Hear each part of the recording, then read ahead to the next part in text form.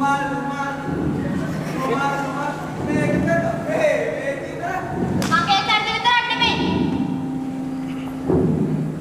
හැමෝම පඹ වෙලා ඉවරයි.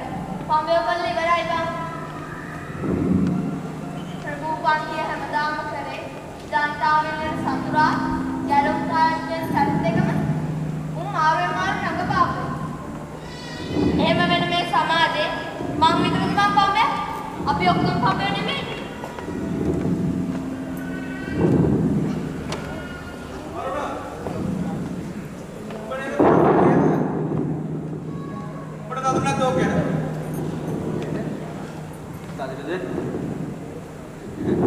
මට විනායකව එක දෙනකොට මට ජීව ප්‍රශ්න පත්‍රය අහලා තිබුණා. මිනිස්සෙක්ගේ මූලික අවස්ථාව මොකක්ද කියලා. මගේ හිතේ උත්තරේ නෙමෙයි බං. මම මේක ලිව්වේ. ඔක අනුගේ රැඳෙන්නට තමුදිනට සම්මානයක් අපෝ. නෑ නෑ. කවද්ද මම මගේ හිතේ උත්තරේ කියන්නේ? මිනිස්සෙක්ගේ මූලික අවස්ථාවේ තවත් කිනේ. කොටිම කිව්වොත් ආදරේ. උඹලට මතකද? අපේ උන් කී දෙනෙක් මේ ඉස්කෝලේ ගමන් නැවතුවද කියලා? මේ අධ්‍යාපන ක්‍රමයට ගමන් දෙන්නේ නෙමෙයි බං.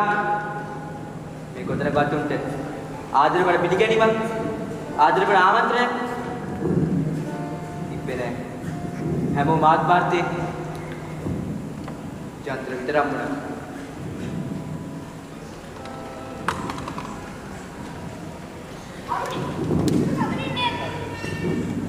ඔබ දන්නවනේ මට මේ සම්මානය හම්බුනේ මොකටද කියලා. නවනේ ප්‍රේම සදහා.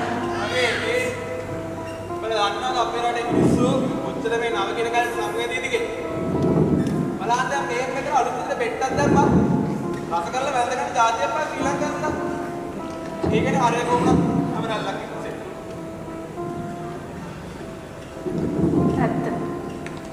සම්පූර්ණ ඇත්ත.